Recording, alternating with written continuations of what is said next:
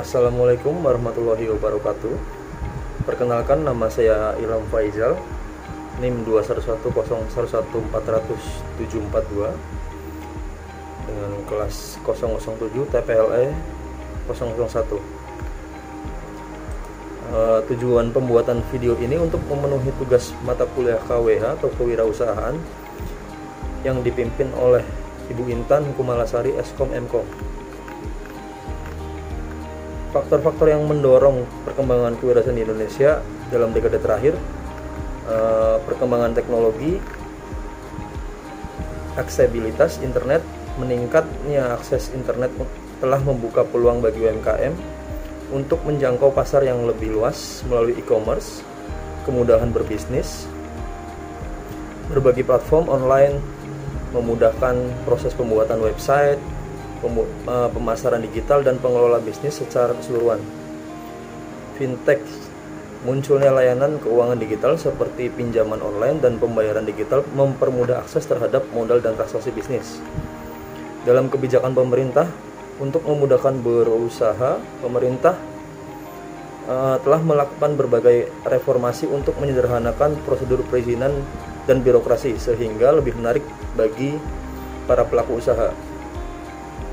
Dukungan UMKM, pemerintah memberikan berbagai program bantuan dan insentif bagi UMKM, memberi pelatihan, akses permodalan, dan kemudahan dalam mendapatkan sertifikasi. Infrastruktur, pembangunan infrastruktur yang lebih baik seperti jalan, pelabuhan, dan bandara, mendukung kelancaran distribusi produk dan jasa. Untuk faktor lainnya, meningkatnya tingkat pendidikan. Peningkatan kualitas pendidikan menghasilkan sumber daya manusia yang lebih kreatif dan inovatif. Perubahan gaya hidup, masyarakat yang semakin konsumtif mendorong munculnya berbagai peluang bisnis baru. Krisis ekonomi seringkali menjadi pemicu munculnya wirausaha baru yang mencari alternatif sumber pendapatan. Peran teknologi kebijakan pemerintah dalam mendukung kebutuhan UMKM seperti teknologi, memperluas pasar e-commerce, memungkinkan UMKM menjangkau pasar global dan meningkatkan penjualan. Efisiensi, penggunaan teknologi dapat meningkatkan efisiensi operasional UMKM seperti dalam hal produksi, pemasaran, dan pengelolaan keuangan. Inovasi, teknologi mendorong UKM untuk terus berinovasi dalam produk layanannya. Kebijakan pemerintah, lingkungan kondusif, kebijakan yang mendukung iklim usaha yang kondusif mendorong tumbuhnya minat berwirausaha.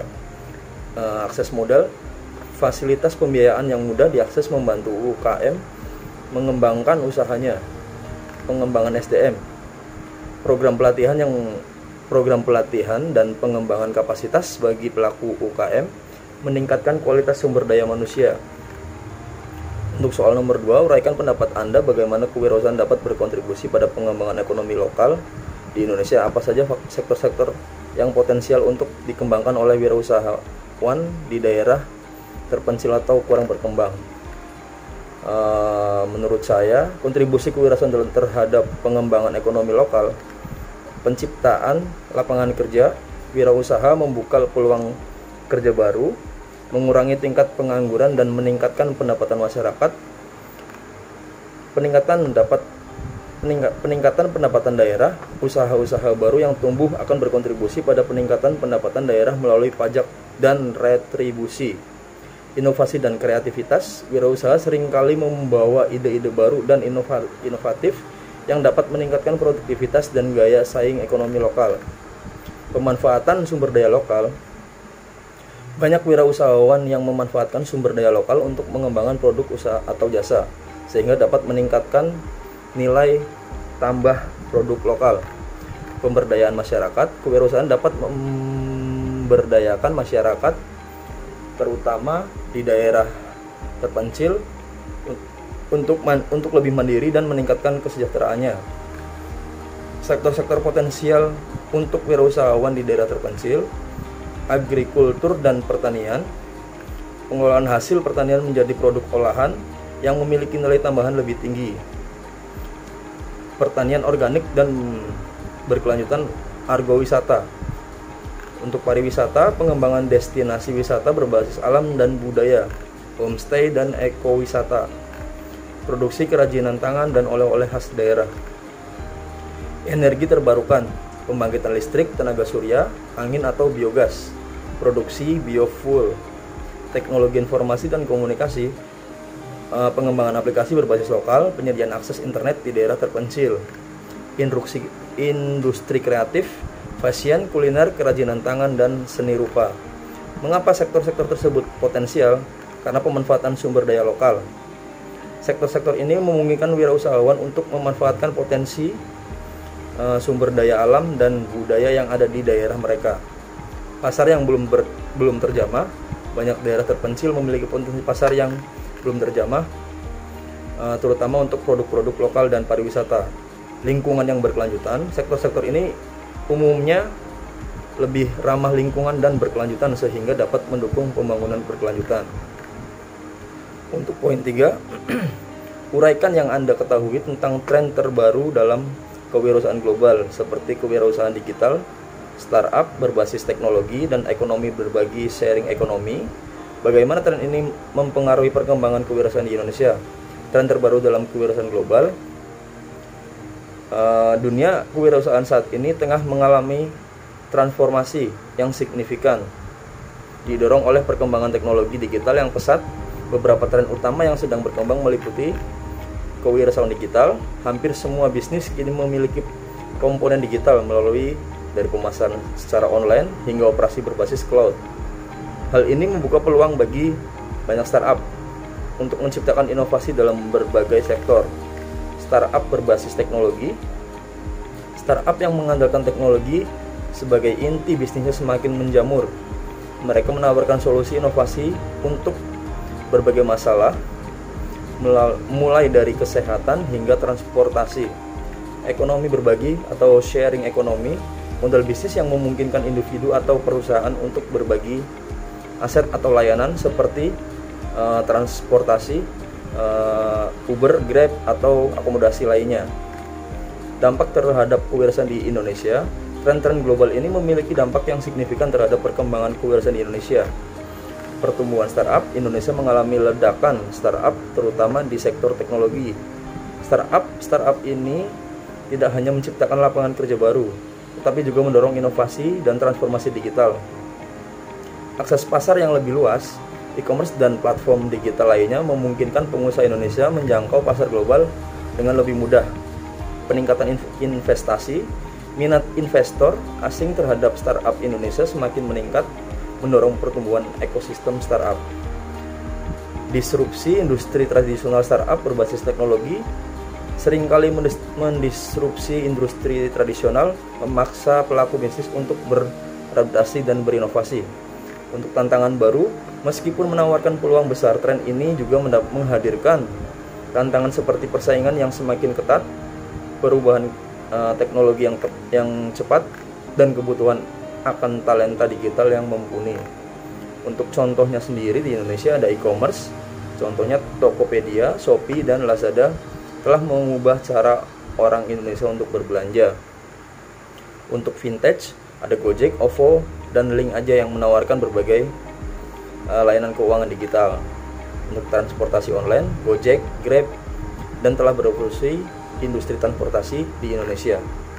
Untuk poin yang keempat, atau soal yang keempat, uraikan pendapat Anda, bandingkan karakteristik kewirausahaan di negara maju seperti Amerika Serikat atau Jerman dengan negara berkembang seperti Indonesia atau Filipina. Apa perbedaan dalam hal akses ke modal, infrastruktur, dan ekosistem kewirausahaan antara kedua jenis negara tersebut? Untuk secara umum, kewirausahaan di negara maju memiliki karakteristik yang lebih kuat dan didukung oleh ekosistem yang lebih matang. Akses ke modal, infrastruktur, dan jaringan bisnis yang lebih baik memungkinkan kewirausahaan di negara maju untuk tumbuh dan berkembang lebih cepat. Di negara berkembang, kewirausahaan masih dalam tahap perkembangan. Tantangan utama yang dihadapi adalah akses terbatas ke modal infrastruktur yang belum memadai dan ekosistem kewirausahaan yang masih lemah. Namun dengan dukungan pemerintah, swasta, dan masyarakat, potensi kewirausahaan di negara berkembang yang sangat besar. Implikasi bagi Indonesia. Untuk mendorong pertumbuhan kewirausahaan di Indonesia diperlukan upaya untuk memperkuat ekosistem kewirausahaan, meningkatkan jumlah inkubator dan akselerator, serta menyediakan ruang kerja bersama yang memadai. Untuk meningkatkan akses ke modal, memperkuat akses kewirausahaan ke berbagai sumber perdanaan seperti venture capital dan pinjaman bank.